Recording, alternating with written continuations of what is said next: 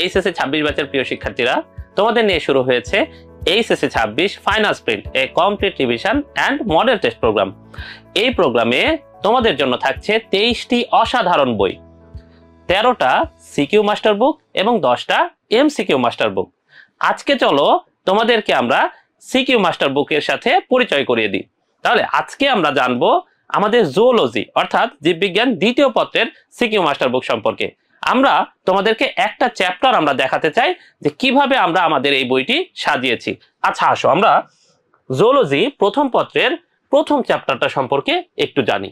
দেখো, এখান থেকে প্রথম চ্যাপ্টার প্রাণীর বিভিন্নতা এবং শ্রেণীবিন্যাস। দেখো আমাদের বইটা কিভাবে সাজানো হয়েছে, প্রাণীর বিভিন্নতা শ্রেণীবিন্যাসে। এরপরে এসে আমাদের টপিক ভিত্তিক, দেখো এই চ্যাপ্টারের বিভিন্ন টপিক থেকে কিরকম কোশ্চেন আসে বিগত বছরে।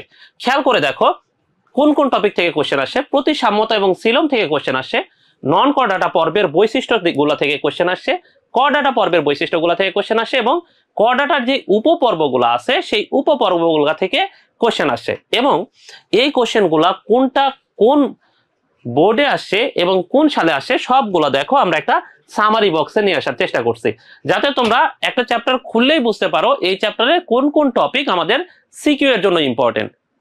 এরপরে আসো আমরা এটা থেকে পরে যে স্টেপটা সাজিয়েছি সেখানে আমরা কোন কোন চিত্র তোমাদের প্র্যাকটিস করতে হবে, কোন কোন চিত্র তোমাদের পরীক্ষা আসে সেই চিত্রগুলা নিয়ে আমরা আরেকটা অংশ সাজিয়েছি। খেয়াল করে দেখো এই চিত্রতে এই চ্যাপ্টারে আমাদের মোটামুটি প্রতিসাম্যতা, সিলোম, শিখাকোষ, নেফ্রিডিয়া, নন কর ডাটার মৌলিক গঠন এবং কর ডাটার মৌলিক গঠন, এই কয়েকটা ছবি আমাদের প্র্যাকটিস করতে হবে।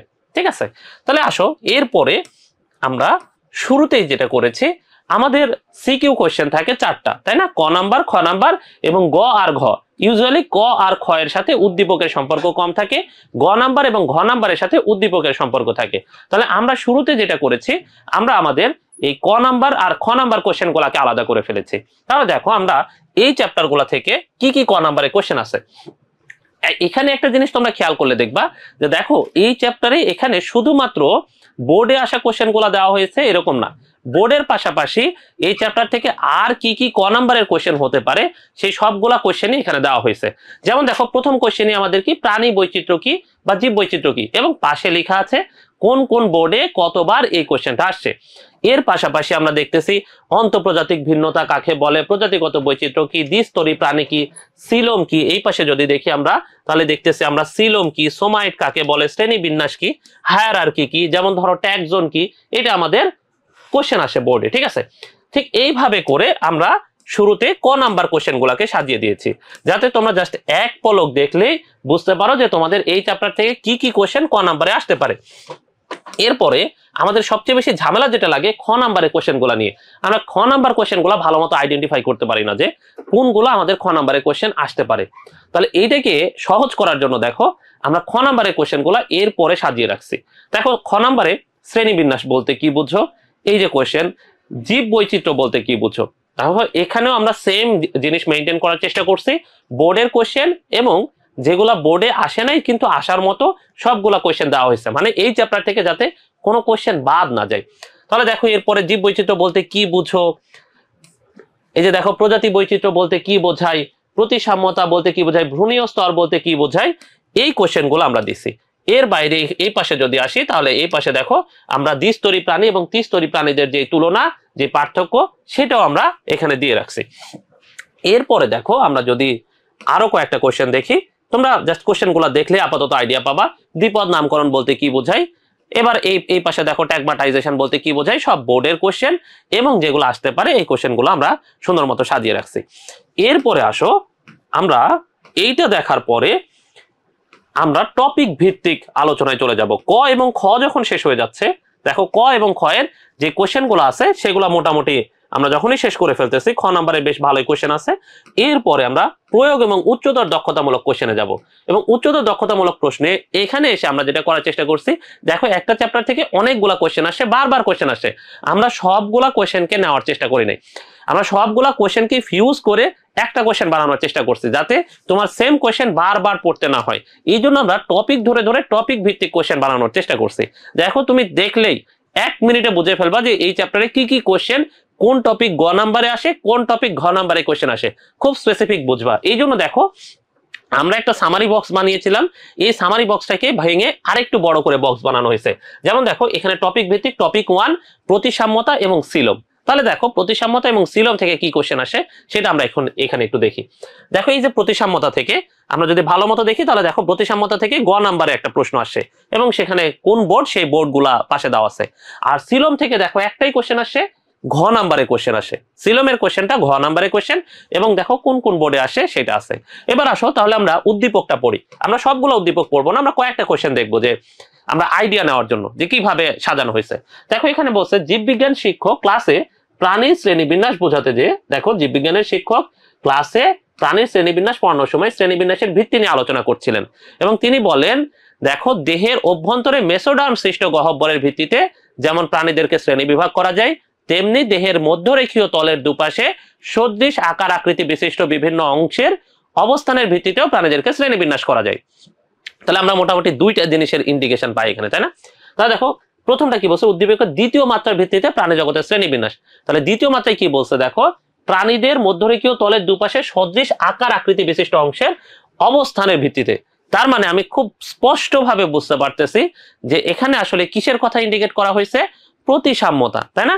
এবং এই কোশ্চেন গুলা এরপরে দেখো শুধু যে কোশ্চেন আছে এরকম না, এরপরে অ্যান্সার গুলা দেওয়া আছে। দেখো গ নম্বরের অ্যান্সার এখানে কি বোঝাইছে, দেখো প্রতিসাম্যতা।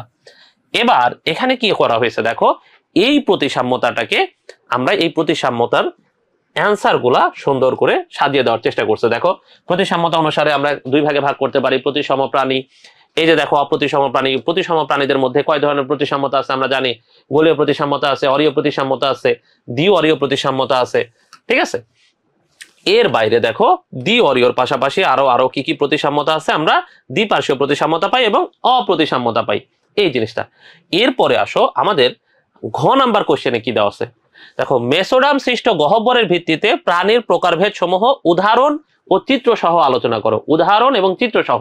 তাহলে দেখো মেসোডার্ম সৃষ্ট গহ্বরের ভিত্তিতে, তাহলে মেসোডার্ম সৃষ্ট যে গহ্বর সেই গহ্বরের নাম কি আমরা সবাই জানি, সিলম। তাহলে দেখো এই সিলমের উপর ভিত্তি করে এখন আমাদের শ্রেণীবিন্যাস করা আছে, খেয়াল করো। তাহলে এখানে এই যে সিলম, সিলম অনুসারে দেখো এই যে তিন ধরনের সিলম হয়, অ্যাসিলোমেট, সিউডোসিলোমেট, ইউসিলোমেট, সেটা দিয়ে সুন্দর করে আমরা কোশ্চেন দেখে ফেলতেছি, ঠিক আছে? এরপরে আসো আমরা যদি পরের টপিকে যাই, ধরো টপিক 2 তে আমরা দিছি পরিফেরা এবং নিডারিয়া। পরিফেরা নিডারিয়া থেকে কেমন কোশ্চেন আসে দেখো, পরিফেরার বৈশিষ্ট্য আসছে গ নাম্বারে আর নিডারিয়ার বৈশিষ্ট্য আসছে ঘ নাম্বারে। তাহলে কোশ্চেনের দেখো উদ্দীপক যদি দেখি, এক্স হলো সিদ্রাল প্রাণী, স্পঞ্জ নামে পরিচিত। আমরা জানি সবাই যে পরিফেরা পর্বের প্রাণীরা স্পঞ্জ নামে পরিচিত। এবার ওয়াই দেখো দ্বিস্তরী প্রাণী, সমুদ্রের রেইন ফরেস্ট নামে পরিচিত। এটাও আমরা জানি সমুদ্রের রেইন ফরেস্ট নামে পরিচিত কারা, নিডারিয়া পর্বের প্রাণীরা। তাহলে এখান থেকে আমরা ধারণা পেয়ে গেলাম যে আসলে কোন কোন পর্বকে ইন্ডিকেট করে। তাহলে বলছে দেখো উদ্দীপকের এক্স পর্বের প্রাণীর বৈশিষ্ট্য সমূহ উল্লেখ করো। তাহলে এক্স পর্ব কে ভাইয়া, এক্স পর্ব হচ্ছে আমাদের এই যে পরিফেরা পর্ব। তাহলে পরিফেরা পর্বের বৈশিষ্ট্য এখানে দেখো সুন্দর করে আমরা পরিফেরা পর্বের যে বৈশিষ্ট্যগুলো আছে সেগুলো সাজানোর চেষ্টা করছি। এগুলো তোমার এখান থেকেই পড়তে হবে এরকম না, তুমি তোমার যে জায়গা থেকে মুখস্থ করছো সেখান থেকে পড়লেও হবে। আমরা আমাদের বইগুলোতে যেই ইনফরমেশন গুলো আছে সেগুলো এখানে অ্যান্সারে রাখছি। এরপর আসো দেখো প্রাণী জগতের বৈশিষ্ট্যের বৈচিত্র্যময়তার দিক থেকে ওয়াই পর্বের প্রাণীরা অনন্য। তাহলে ওয়াই পর্ব কারা, ওয়াই পর্ব হচ্ছে নিডারিয়া পর্ব। তাহলে দেখো নিডারিয়া পর্ব কেন অনন্য, তার মানে আমি এখানে কি লিখবো, নিডারিয়া পর্বের যে বৈশিষ্ট্যগুলো আছে সেই বৈশিষ্ট্যগুলো লিখে বলবো যে এগুলাই হচ্ছে আমাদের একটু অনন্য বৈশিষ্ট্য, সেই কথাগুলো এখানে লেখা আছে। দেখো নিডারিয়ার সংগঠন, ক্রমমাত্রা, দংশনাঙ্গাণু, দেহ গহ্বর, এগুলা নিয়ে আমরা বিস্তারিত বলছি। তো আমরা এরপরে ধারাবাহিকভাবে তোমাদের যে রিভিশন প্রোগ্রামগুলো চলতেছে সেখানে ক্লাসে তো আমরা সিকিউ নিয়ে বিস্তারিত আলোচনা করতেছি।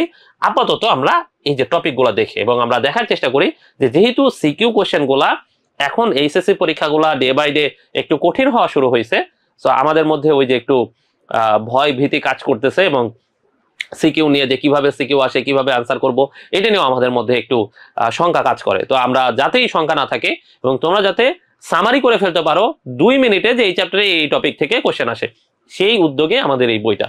এবার দেখো আমাদের পরের টপিক যদি দেখি, প্লাটিহেলমিনথেস, নেমাটোডা, অ্যানিলিডা, আর্থ্রোপোডা। তুমি দেখো দেখলেই বুঝতে পারবা যেখান থেকে কি কোশ্চেন আসে। দেখো নেমাটোডার বৈশিষ্ট্য আসছে গ নাম্বার কোশ্চেন, অ্যানিলিডার বৈশিষ্ট্য আসছে গ নাম্বার কোশ্চেন, আর্থ্রোপোডা এবং প্লাটিহেলমিনথেসের বৈশিষ্ট্য আসছে দেখো গ নাম্বারের প্রশ্ন। এবার আসো তাহলে ঘ নাম্বার এবং পাশে এই যে বোর্ড গুলা উল্লেখ আছে। তাহলে আবার আসো দেখো আমরা ঘ নাম্বারের কোশ্চেনগুলো দেখি।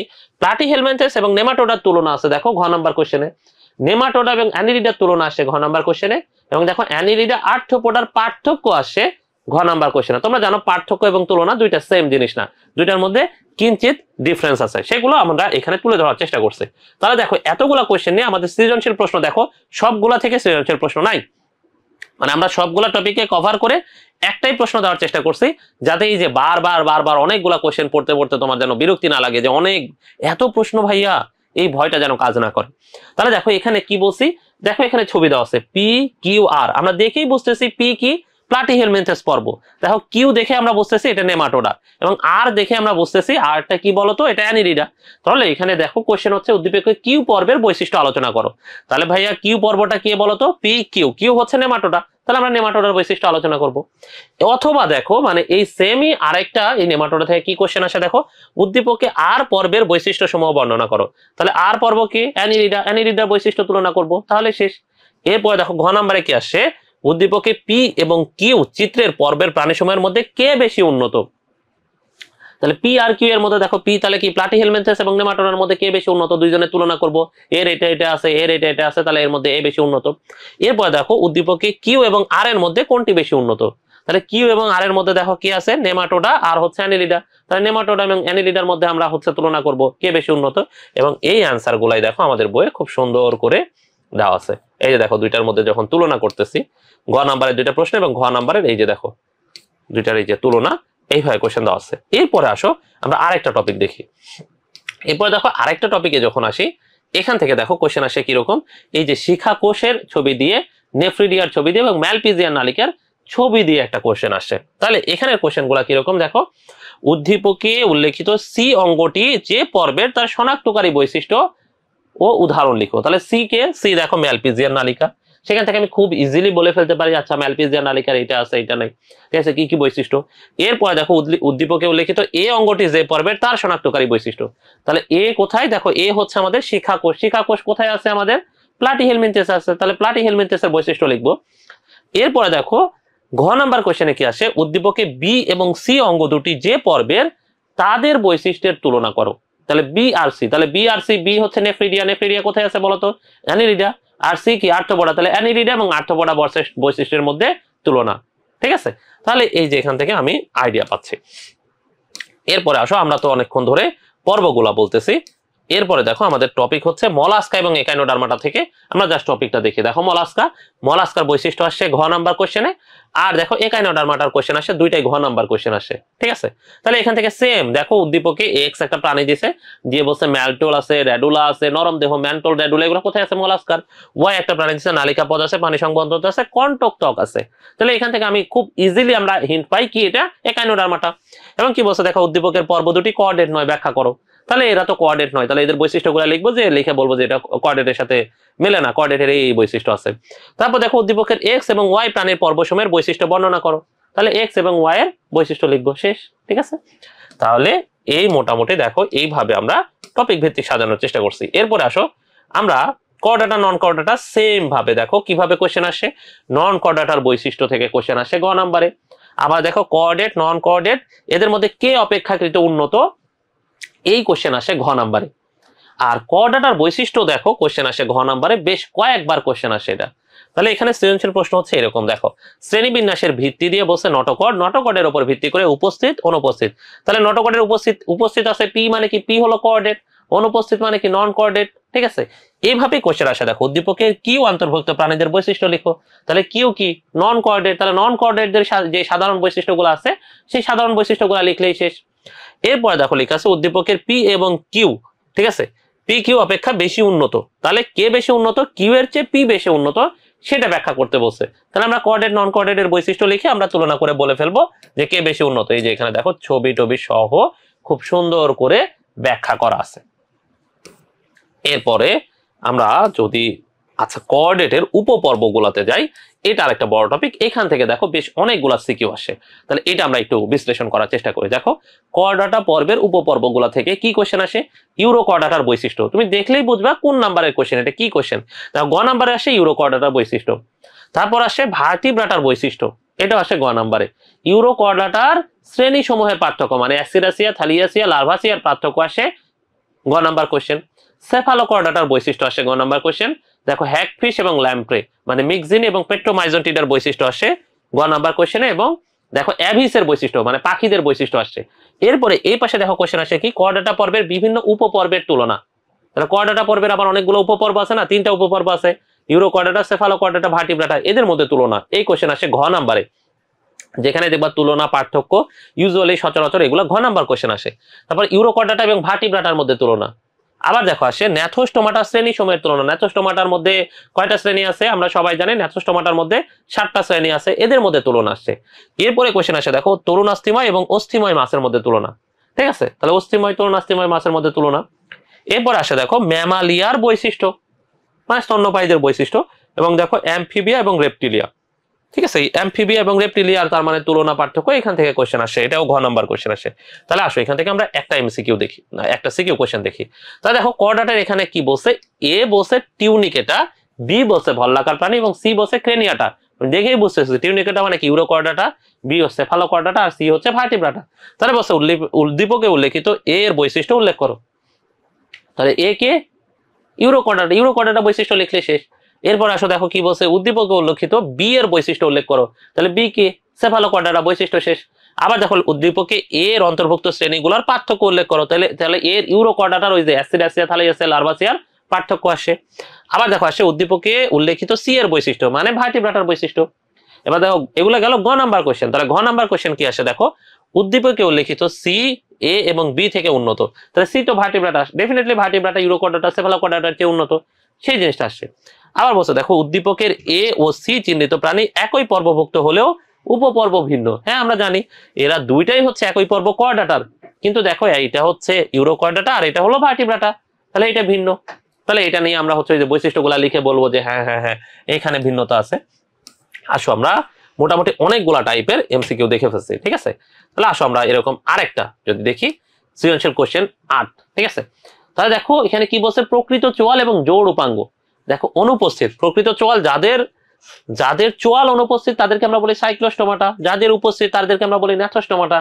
এদের মধ্যে আবার সাইক্লোস্টোমাটার ভাগ আছে দুইটা, মিক্সিনি, পেট্রোমাইজন্টিডা, যাদেরকে আমরা হ্যাগফিশ এবং ল্যাম্প্রে নামে ডাকি। তারপর দেখো এই যে কিউ এর মধ্যে আছে তরুণাস্থিময় মাছ, রশ্মিময় পাখনা বিশিষ্ট মাছ, পিন্ডাকার পাখনা বিশিষ্ট মাছ। মানে এখানে বলে দিচ্ছে একটা কন্ডেক্সিস, অ্যাক্টিনোপ্টেজিস, সার্কোপ্টেজিস। এবার দেখো কোশ্চেনটা কিরকম, উদ্দীপকের পি শ্রেণীভুক্ত গ্রুপ দুটির বৈশিষ্ট্যের দিক থেকে ভিন্ন। ঠিক আছে, পি এর দুইটা, তাহলে মিক্সিনি, পেট্রোমাইজন্টিডা তো বৈশিষ্ট্যের দিক থেকে ভিন্ন, তাহলে এদের বৈশিষ্ট্য লিখলেই খেলা শেষ।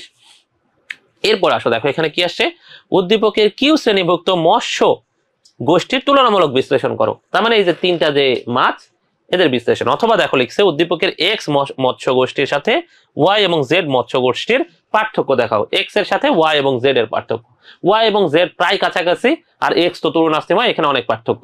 তাহলে এই কোশ্চেন গুলো আমরা তাহলে দেখো দেখেই আমরা আইডিয়া পেয়ে যাচ্ছি। তাহলে আমরা মোটামুটি মিক্সিনি, পেট্রোমাইজন্টিডা আর হচ্ছে এখানে যদি কন্ডেক্সিস, অ্যাক্টিনোপ্টেজিস, সার্কোপ্টেজিসের পার্থক্যগুলো পড়ে ফেলি, তুলনাগুলো পড়ে ফেলি ছকটা, তাহলে আমাদের এটা পড়া শেষ। এই যে এটাই আসছে দেখো অ্যান্সার, ঠিক আছে। এই মোটামুটি হচ্ছে আমাদের এই চ্যাপ্টারের ধরো সিকিউ নিয়ে আলোচনা, ঠিক আছে। তাহলে দেখো ভাইয়া এখানে অনেকগুলো থাকলেও দেখো আমাদের সিকিউ আছে মোটামুটি মাত্র 9টা। তাহলে দেখো এই চ্যাপ্টার থেকে এখন পর্যন্ত সিকিউ হয়েছে হাজার হাজার, মানে কয়েকশো সিকিউ কোশ্চেন হয়েছে আমরা যদি সবগুলা বোর্ড চিন্তা করি। কিন্তু দেখো আমরা এখানে চাইলে 50টা 100টা কোশ্চেন দিতে পারতাম। তো তুমি 100টা কোশ্চেন 1 মিনিট করে দেখলেও তোমার 100 মিনিট লাগতো, কিন্তু আমরা জিনিসটাকে সাজায় কি করছি, মাত্র 9টা কোশ্চেনে নিয়ে আসি। তাহলে যখন আমরা এই যে 9টা কোশ্চেন দেখতেছি তখন দেখো আমাদের জন্য সামারি করাটা অনেক বেশি ইজি হয়ে যাচ্ছে। আমরা জাস্ট একবার চোখের পলকে দেখলেই বুঝে যাচ্ছি যে আমার কোন টপিকটা কতটুকু পড়তে হবে, কোনটার পার্থক্য পড়তে হবে, কোনটার তুলনা পড়তে হবে, এবং কোনটার বৈশিষ্ট্য পড়তে হবে। এইভাবে মোটামুটি আমাদের এই বইটা সাজানো হয়েছে, এবং এই প্যাটার্নে বাকি চ্যাপ্টার গুলাও সাজানো হয়েছে। সো এই বইটা তুমি একবার দেখলে মোটামুটি সিকিউ নিয়ে তোমাদের যে ভয়, যে দুশ্চিন্তা, যে টেনশন, এগুলো আর থাকবে না।